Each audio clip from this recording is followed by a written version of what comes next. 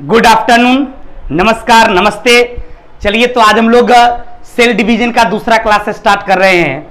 आपके इस बैच में सेल डिवीजन ही चल रहा था और सेल डिवीजन का आज हम लोग दूसरा क्लास आपका लेंगे, जिसमें हम आपको बताएंगे समसूत्री विभाजन के बारे में कि समसूत्री विभाजन दो प्रकार का होता है।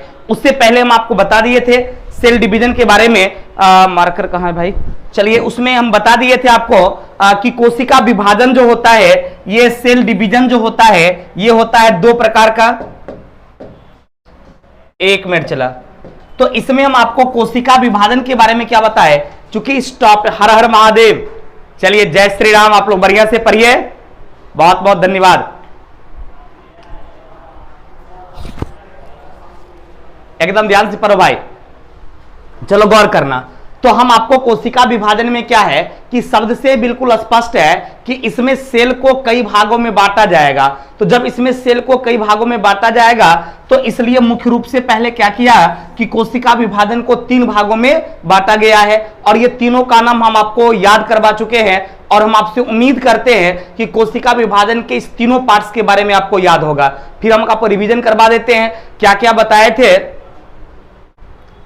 टाइम पे एकदम बिल्कुल आपकी सिलेबस टाइम पे ही खत्म होगा, इसमें कहीं कोई दिक्कत नहीं है। ज्यादा हड़बड़ाएगा टाइम से पहले भी खत्म हो सकता है। ध्यान दो मेरे भाई लोग, तुम्हारी सिलेबस तुम्हारे एग्जाम से पहले खत्म होगी। वो कैसे होगा वो मेरी जिम्मेवारी है, बात समझ गए?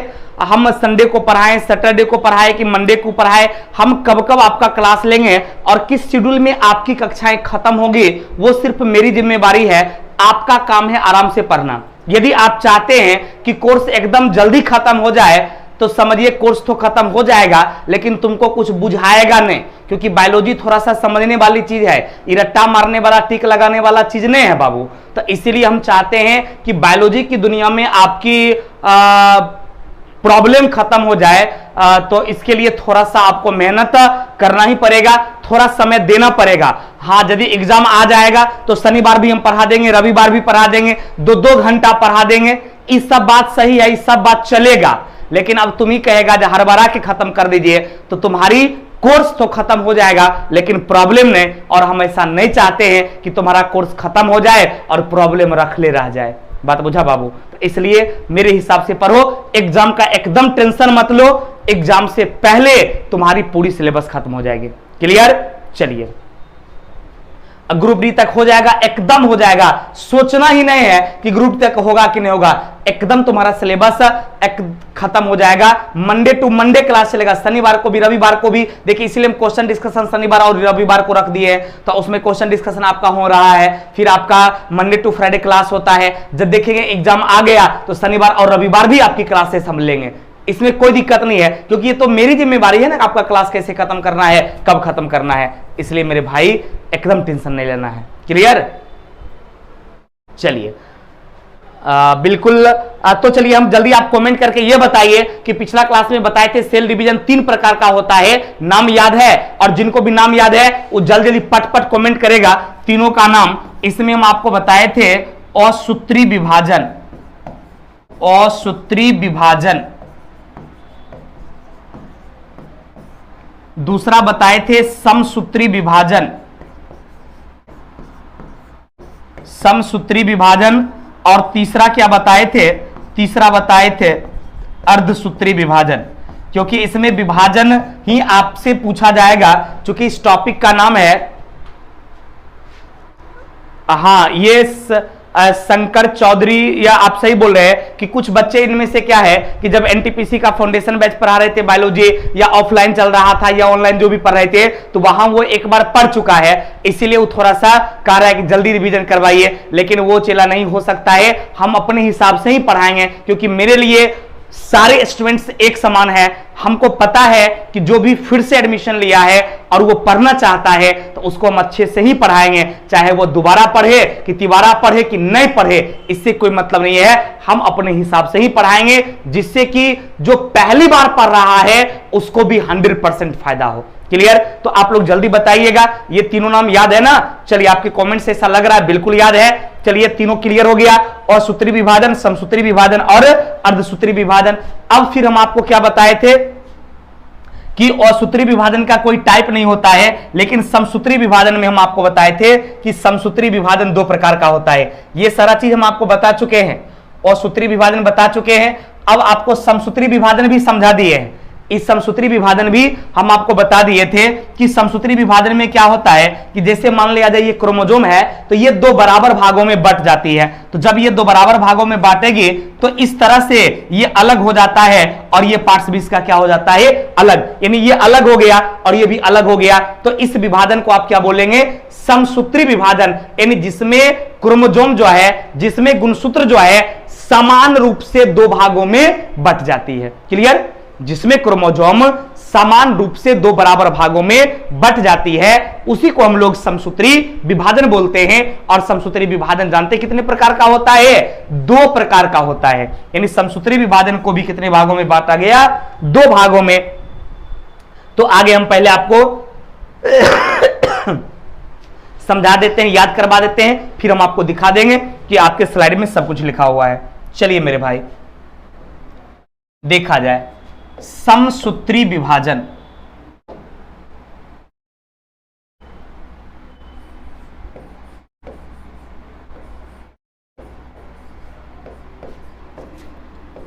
समसूत्री विभाजन, एकदम गौर कीजिएगा। ये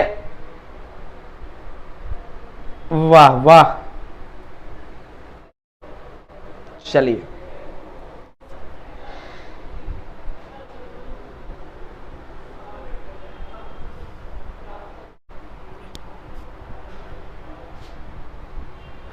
बायोलॉजी का जो क्वेश्चन डिस्कशन है मेरे भाई, ये शनिवार रविवार को होगा।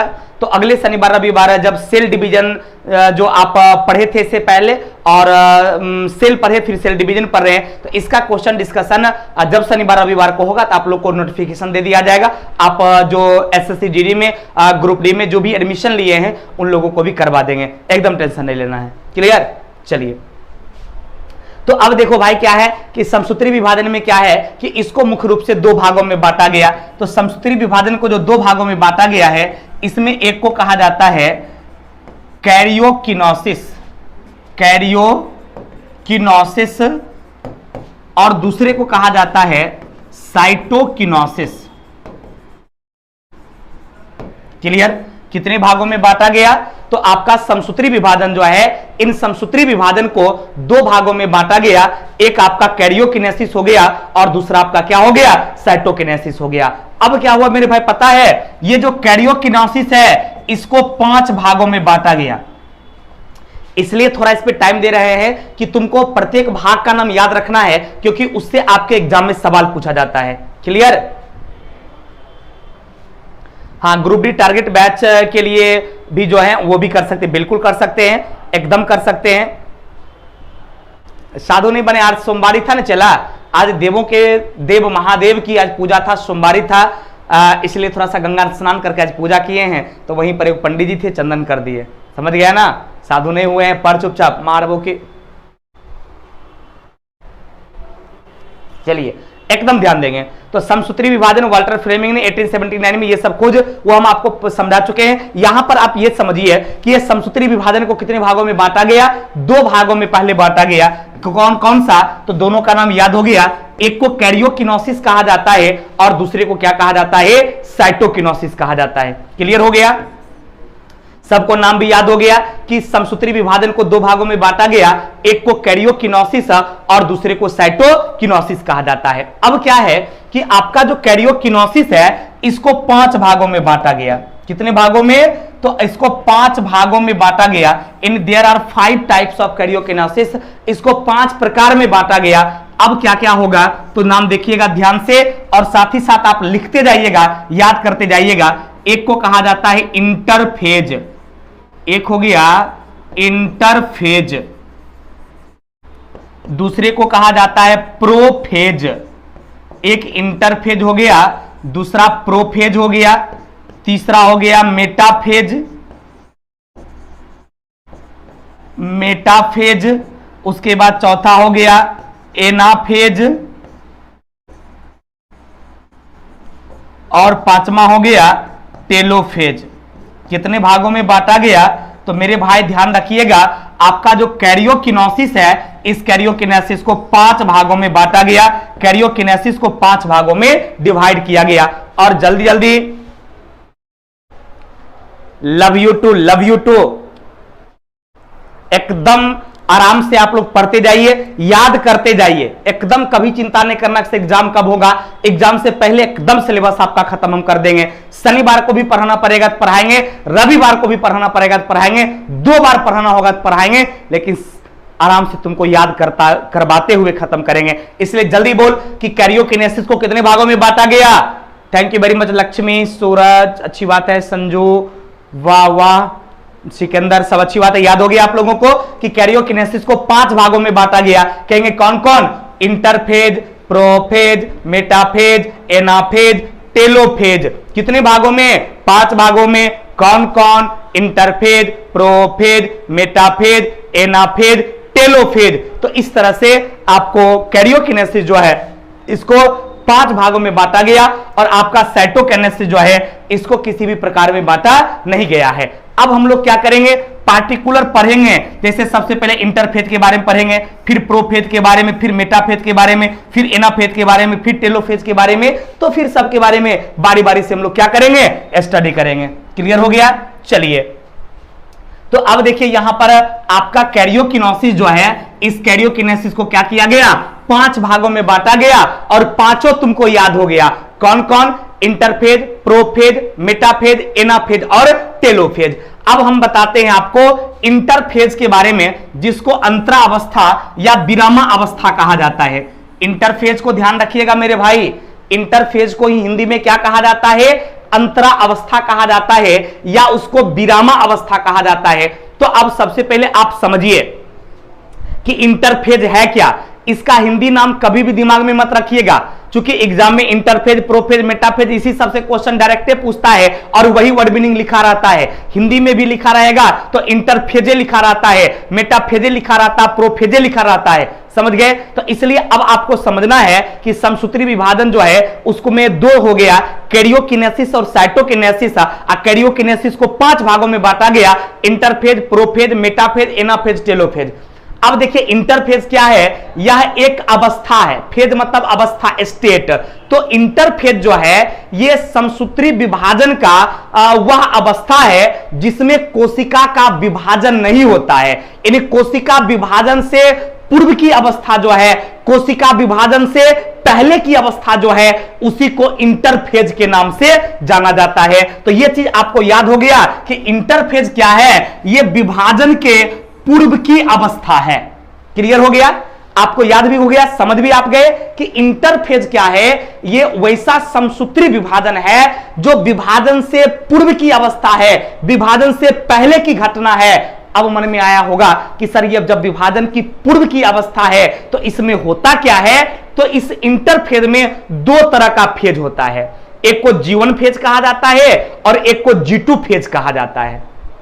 फिर बांट दिए, मन में लगा होगा अब की किए सर आप। एकदम नहीं चिंता करना है, वीडियो नहीं चल रहा है, एकदम चल रहा है मेरे भाई, एकदम कमेंट आ रहा है। अंकित वीडियो भी चल रहा है, एकदम चल रहा है। चलिए सारे वीडियो चल रहा है, एकदम ऐसा नहीं चल रहा है, गलत बात है। सारे लोग क्लास कर रहे हैं, कहीं किसी का मैसेज नहीं, फोन भी नहीं आता है कि वीडियो नहीं चल रहा है, एकदम चल रहा है। यदि किसी को दिक्कत है तो कॉलिंग टीम का उसमें नंबर रहता है, आप उस पर कॉल करके इंफॉर्मेशन ले सकते हो क्यों नहीं चल रहा है या क्या चल रहा है, नहीं चल रहा है। क्लियर? चलो गौर करना मेरे भाई। तो सबसे पहले आपने समसूत्री विभाजन को 2 भागों में बांटा, वो दोनों तुमको याद हो गया, कैरियोकिनेसिस, साइटोकिनेसिस। फिर तुमने क्या किया? कैरियोकिनेसिस को 5 भाग याद किया, interphase, prophase, metaphase, anaphase, telophase. अब क्या हुआ कि तुम्हारा इंटरफेज जो है, इस इंटरफेज को भी 2 भागों में बांटा गया। बहुत बहुत धन्यवाद लव यू कहने वाले को तहे दिल से बहुत बहुत धन्यवाद। लव यू टू, बढ़िया से पढ़। लेकिन अब देखो क्या हुआ कि इंटरफेज को भी 2 भागों में डिवाइड किया गया, इंटरफेज को भी 2 भागों में बांटा गया। अब उसमें एक G1 फेज हो गया और दूसरा G2 फेज हो गया। इंटरफेज क्या है वो समझ गए कि वो विभाजन की पूर्व की अवस्था है। विभाजन का जो पूर्व अवस्था है उसी को विरामा अवस्था या उसी को इंटरफेज कहा जाता है। अब वो इंटरफेज हो गया 2 टाइप का, एक हो गया तो G1 फेज और दूसरा इसी में आगे हम पढ़ाएंगे G2 फेज। कितने भागों में बांटा गया? तो इसको दो भागों में बांटा गया, एक G1 फेज हो गया और दूसरा क्या हो गया? G2 फेज हो गया।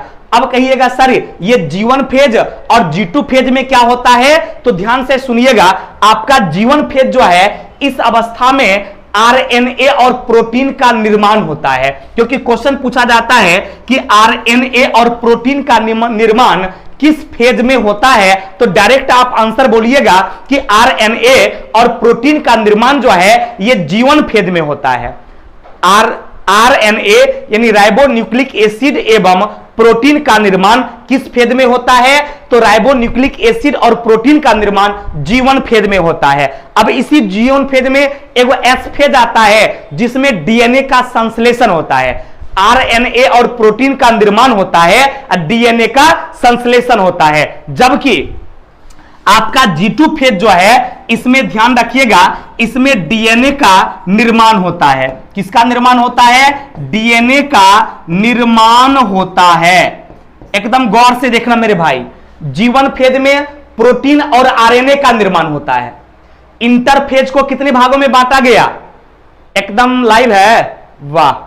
क्वेश्चन डिस्कशन होगा सर, क्वेश्चन डिस्कशन जिस दिन होगा वो शायद शनिवार और रविवार को होगा, तो शनिवार रविवार को आपको नोटिफिकेशन मिल जाएगी। आप 1 बजे के आसपास इंतजार कीजिएगा।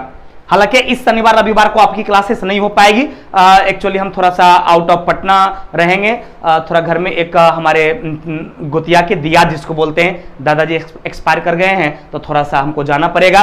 तो 2-3 दिन आपकी क्लासेस, 2-3 दिन इन द सेंस मतलब शनिवार रविवार और सोमवार, शनिवार रविवार ऐसे भी बंद रहता था, सोमवार को हम छुट्टी देंगे, फिर अगले मंगलवार से क्लास होगी। अभी आपका इस वीक में पूरी क्लास चलेगी, आज कल परसों कंटिन्यू आपकी क्लासेस चलेगी और क्वेश्चन डिस्कशन आपका शनिवार रविवार को होगा। क्लियर? समझ गए? अभी आपकी आज भी क्लास होगी, यानी इस सोमवार को, मंगलवार को, बुधवार, बृहस्पतिवार कंटिन्यू अभी क्लास चलेगी। जब क्लास नहीं होगा तो तुमको बता दिया जाएगा। एकदम इसके लिए फोन नहीं करना है क्लास होगा कि नहीं होगा, होगा तो इंफॉर्मेशन आपको नोटिफिकेशन चला जाएगा, नहीं होगा तो नहीं होगा, कोई काम रहेगा तो नहीं लेंगे। क्लियर? चलिए, सिंटू सबका कमेंट आ रहा है, आर सर हम लाइव हैं, एकदम देख रहे हैं। पुरुषोत्तम बिल्कुल बिल्कुल आप लाइव हैं, चलिए अच्छी बात है, गौर करना मेरे भाई। तो एक G1 फेज हो गया और दूसरा क्या हो गया मेरे भाई? G2 फेज हो गया। तो एक G1 फेज हो गया और दूसरा क्या हो गया? G2 फेज हो गया। तो अब आप कहेंगे सर G1 फेज में क्या होता है? तो तुम देखा G1 फेज में प्रोटीन और ये आरएनए और प्रोटीन का निर्माण होता है और डीएनए का संश्लेषण होता है, लेकिन उसका उल्टा हो जाता है G2 फेज में। G2 फेज में क्या होता है कि डीएनए का निर्माण होता है, आरएनए और प्रोटीन का संश्लेषण होता है। तो इस चीज को आपने समझ गया कि इंटरफेज को 2 भागों में बांटा गया, एक को G1 और दूसरे को G2 फेज कहा जाता है। G1 फेज में आरएनए और प्रोटीन का निर्माण होता है, डीएनए का संश्लेषण होता है, जबकि आपका G2 फेज जो है उसमें डीएनए का निर्माण होता है, आरएनए और प्रोटीन का क्या होता है? संश्लेषण होता है। क्लियर हो गया? और यहां पर संश्लेषण होता है, हम आपको बता दिए कि G1 फेज में ही S फेज आता है।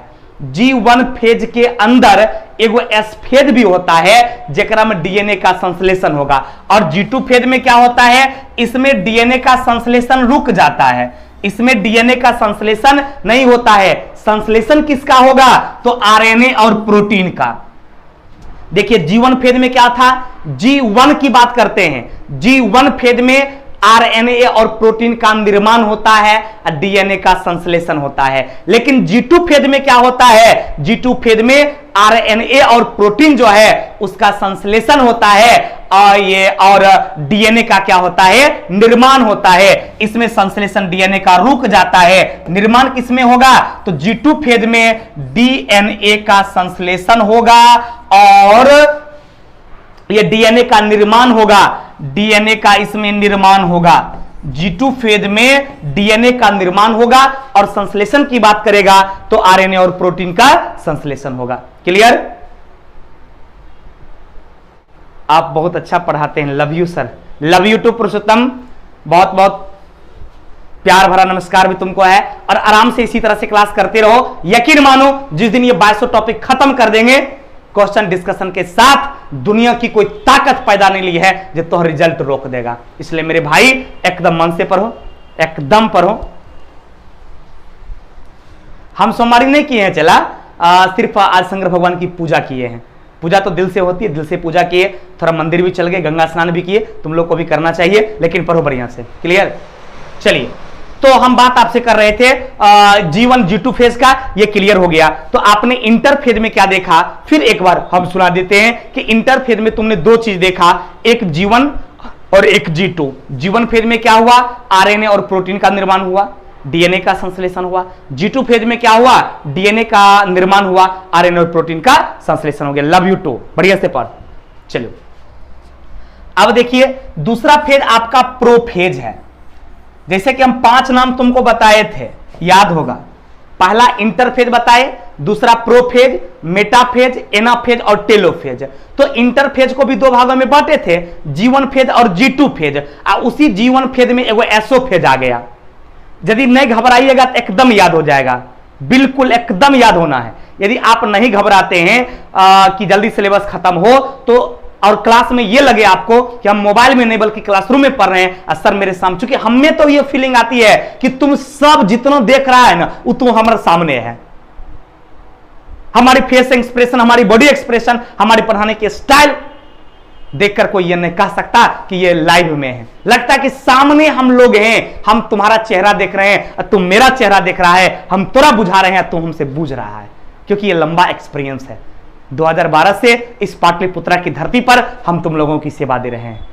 एक काफी एक्सपीरियंस है कि स्टूडेंट क्या सोच सकता है, कितना बार रिवीजन करा दें तो याद हो जाएगा, क्या क्या भूल सकता है वो सब पता है। और ये बोलने की वाली बात नहीं है, ये तुम्हारी प्यार ही बता रही है कि तुम इस बात को समझते हो।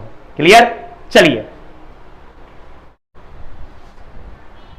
क्वेश्चन का डिस्कशन करा देंगे। रे मेरे भाई, क्वेश्चन का डिस्कशन एक्चुअली होता क्या है कि वो फाउंडेशन बैच वाला हम करवा रहे थे। अब बताओ, तुम लोग का सोचे थे कि नहीं करवाएंगे चूंकि एग्जाम है, लेकिन फिर भी हमको शनिवार रविवार को ही क्यों नहीं सही, शनिवार और रविवार को ही मेहनत करके करवाएंगे, लेकिन करवाएंगे। तुम लोग अब निश्चिंत रहो, जब क्वेश्चन डिस्कशन होगा तो तुमको नोटिफिकेशन एकदम मिल जाएगा।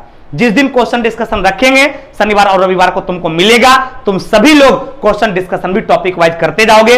अगले शनिवार रविवार को सेल का हम क्वेश्चन डिस्कशन कर। चलो इधर आओ। तो हम ये 5 में जी इंटरफेस तुम्हारा क्लियर हो चुका है कि वो कोशिका विभाजन के पूर्व की अवस्था है, उसमें सेल का डिवीजन नहीं होता है। लेकिन ये प्रोफेज जो तुम्हारा है मेरे भाई, ये प्रोफेज जो है, ये समझो कोशिका विभाजन का वास्तविक डिवीजन जो है वो यहीं से स्टार्ट होता है। एकदम साथ साथ कराएंगे, क्वेश्चन डिस्कशन भी कराएंगे, टॉपिक भी पढ़ाएंगे, एकदम तुमको टेंशन नहीं लेना है, एकदम गौर करो मेरे भाई। तो हम आपको ये बता रहे थे कि अभी जो हम लोग प्रोफेज के बारे में पढ़ने जा रहे हैं, तो प्रोफेज क्या है पता है आपको? प्रोफेज एक वह अवस्था है कोशिका विभाजन का जहां से रियल में कोशिका का विभाजन शुरू हो जाता है, कोशिका का विभाजन स्टार्ट हो जाता है।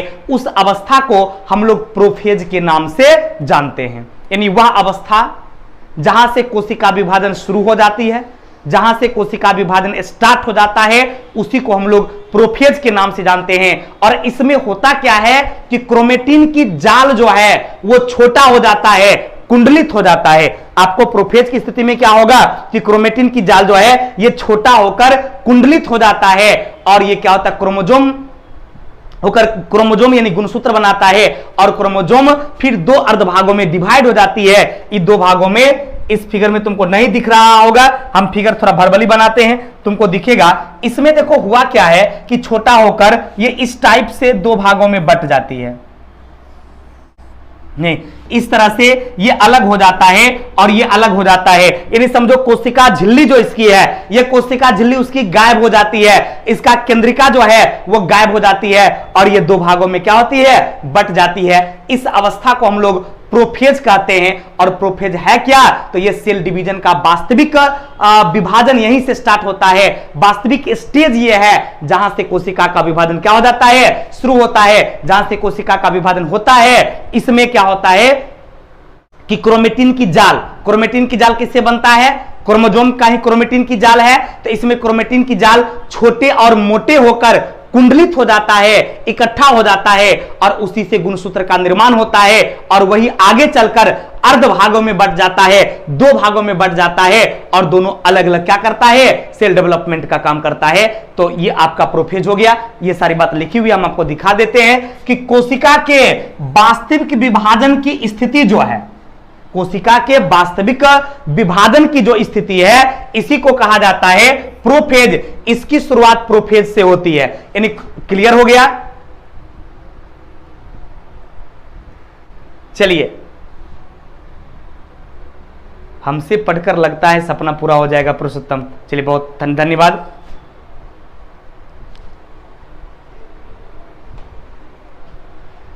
इंट्रोडक्शन टॉपिक का जो ये क्वेश्चन डिस्कशन है मेरे भाई, कुछ लड़कों का कहना सर इंट्रोडक्शन टॉपिक का क्वेश्चन डिस्कशन करवा दीजिएगा, तो हम करवा देंगे। आप लोग निश्चिंत रहिए, 2-4 दिन का हमको समय दीजिए, हम देख लेते हैं टाइम कब खाली है, उसी समय हम आपका क्वेश्चन डिस्कशन करवा देंगे। एकदम चिंता नहीं करना है। जो आपका इंट्रोडक्शन वाली टॉपिक है उसका क्वेश्चन डिस्कशन एकदम करवा देंगे, तुमको एकदम टेंशन लेना ही नहीं है, बहुत जल्द करवाएंगे, बहुत जल्द।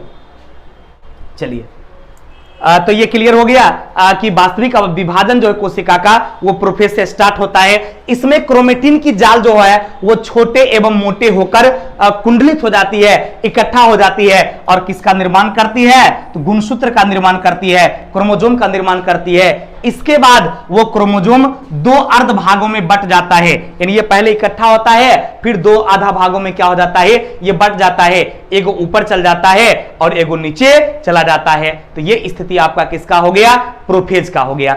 अब मन में आता होगा कि सर सवाल क्या पूछेगा, तो सवाल पूछता है कि कोशिका विभाजन का वास्तविक अवस्था कौन सा है। क्वेश्चन को समझिएगा तब आपको यह क्लियर हो जाएगा कि प्रोफेज तुमने समझा या नहीं समझा। क्वेश्चन को ध्यान से सुनना।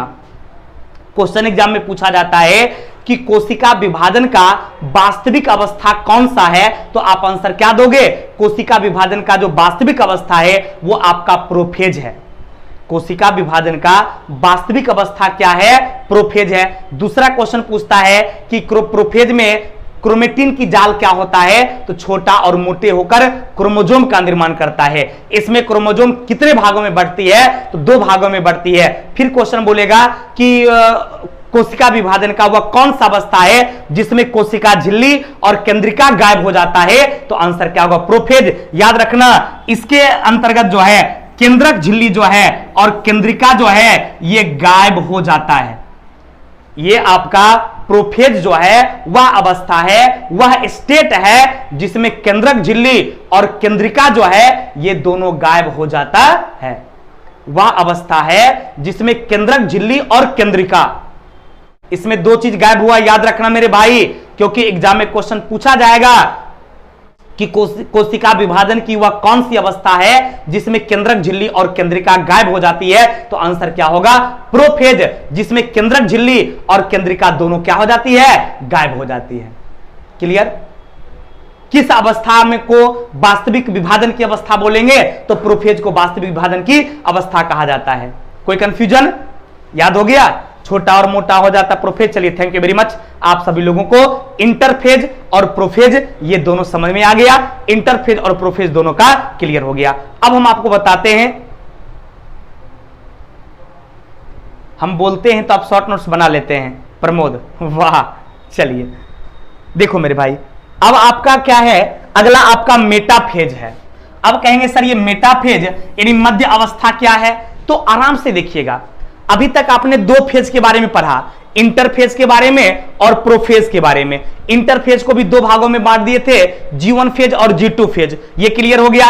प्रोफेज भी आपका क्लियर हो गया कि प्रोफेज एक रियल अवस्था है जहां से कोशिका का विभाजन स्टार्ट होता है। उसमें क्रोमेटिन की जाल छोटा और मोटा हो जाती है जिससे क्रोमोसोम का निर्माण होता है। फिर वो क्रोमोसोम 2 अर्ध भागों में बंट जाता है, उसमें केंद्रक झिल्ली गायब हो जाती है, केंद्रिका गायब हो जाती है। ये सारा चीज याद हो गया प्रोफेज में। अब ये मेटाफेज में क्या होता है कि इस अवस्था में तुर्क धागे का निर्माण होता है। यानी इसमें क्या है कि स्पाइडल फाइबर जो है, इस तरह का स्पाइडल फाइबर जो है ये आपको मेटाफेज में ही निर्माण होता है।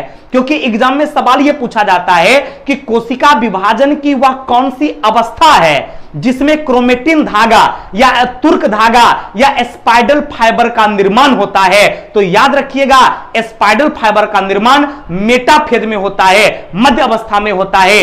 और यह क्या होता है, इस पर क्रोमोसोम जो है अपने सेंट्रोमेयर का निर्माण करता है। ये जो आपका ये इस तरह का स्टेज देख रहे हैं, ये जो आप स्पाइडल फाइबर देखते हैं, इसी पर सेंट्रोमेयर का निर्माण होता है। सेंट्रोमेयर आकर जुड़ता है और इस विभाजन में क्या होता है, इसमें ये कई भागों में बंट जाती है। और इस विभाजन में समय कितना लगता है, तो बहुत कम, मात्र 2 से 8 मिनट में मेटाफेज की स्थिति क्लियर हो जाती है। क्योंकि ये कई बार क्वेश्चन पूछा गया है कि मेटाफेज की अवस्था घटित होने में कितना टाइम लगता है, तो आप आंसर क्या बोलोगे कि सर इसमें मात्र 2 से 10 मिनट का समय लगता है।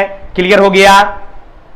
इसका मेन मेटाफेज का काम क्या हो गया कि इसमें स्पाइडल फाइबर का निर्माण होता है जो कोशिका विभाजन में सपोर्ट करती है। क्लियर, कोई कंफ्यूजन? एग्जाम में इसमें 2 ही सवाल पूछेगा, एक मध्यावस्था इन मेटाफेज घटित होने में कितना समय लगता है, तो 2 से 10 मिनट का। दूसरा सवाल कि कौन सी अवस्था है जिसमें स्पाइडल फाइबर का निर्माण होता है, तुर्क धागे का निर्माण होता है, तो मेटाफेज में तुर्क धागे का निर्माण होता है। आज रीजनिंग की क्लासेस नहीं हुई सर, नहीं रीजनिंग का क्लास बाबू नहीं हुआ क्योंकि सर के पेट में थोड़ा दर्द कर रहा था, तबीयत ठीक नहीं लग रहा था, इसीलिए क्लास नहीं हुआ। क्लियर, तो आपको मेटाफेज भी याद हो गया, कोई कंफ्यूजन कहीं से भी? चलिए, तो आपका ये क्लियर हो गया, आपका ये मध्य अवस्था जो है मेटाफेज। तो अभी आप कितना फेज पढ़ लिए हैं? अभी आप 3 फेज पढ़ लिए, इंटरफेज, प्रोफेज और मेटाफेज। मेटाफेज से क्वेश्चन क्या पूछेगा कि निम्नलिखित में से वह कौन सी कोशिका विभाजन की अवस्था है जिसमें तुर्क धागे यानी स्पाइडल फाइबर का निर्माण होता है, तो आप क्या बोलोगे? मेटाफेज में निर्माण होता है। अब 2 बचा है, एक एनाफेज और दूसरा टेलोफेज। तो अब चलते हैं हम लोग एनाफेज पर।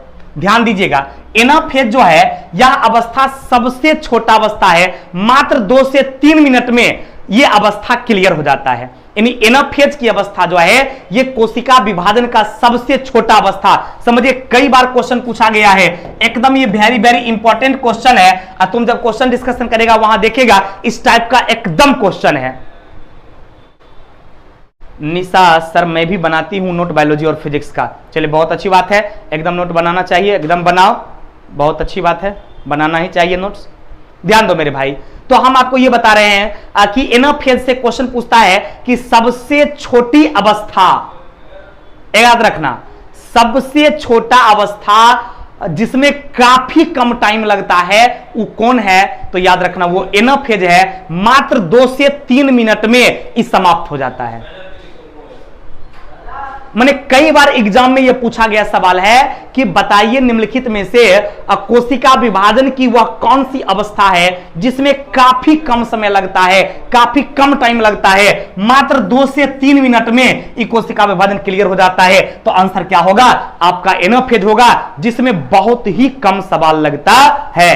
कभी राजस्थान भी आइए सर, जरूर आएंगे। तुम लोगों का इस तरह का प्यार रहा और तुम्हारी नौकरी होगी तो फोन करना, आएंगे, तनी घुमा देना राजस्थान। सच में हम कभी नहीं गए हैं, एकदम नौकरी होगा तब फोन करना, आ जाएंगे घूमने। चलो, क्लियर हो गया? कोई कंफ्यूजन आपको? देख रहा पसीना कैसे टप टप कर रहा है, चला है ये प्यार मोहब्बत थोड़ा जो मिल रहा है, नौकरी नहीं होगा तो जुल्म हो जाएगा। इसलिए किसी भी स्थिति में, चाहे वो ग्रुप डी में हो कि एनटीपीसी में हो, एसएससी जीडी में हो, बिहार पुलिस, बिहार दरोगा, कुछों में हो, लेकिन नौकरी होना है। काहे कि तोरा सब कुछ याद हो रहा है, ये तोरा क्या कहते हैं, कमेंट बता रहा है कि जो तुमको पढ़ा रहे हैं वो एकदम सट सट घुसते जा रहा है। क्वेश्चन एग्जाम में पूछेगा कोशिका विभाजन की वो कौन सी अवस्था है जो सबसे छोटा है, तो आंसर क्या बोलोगे?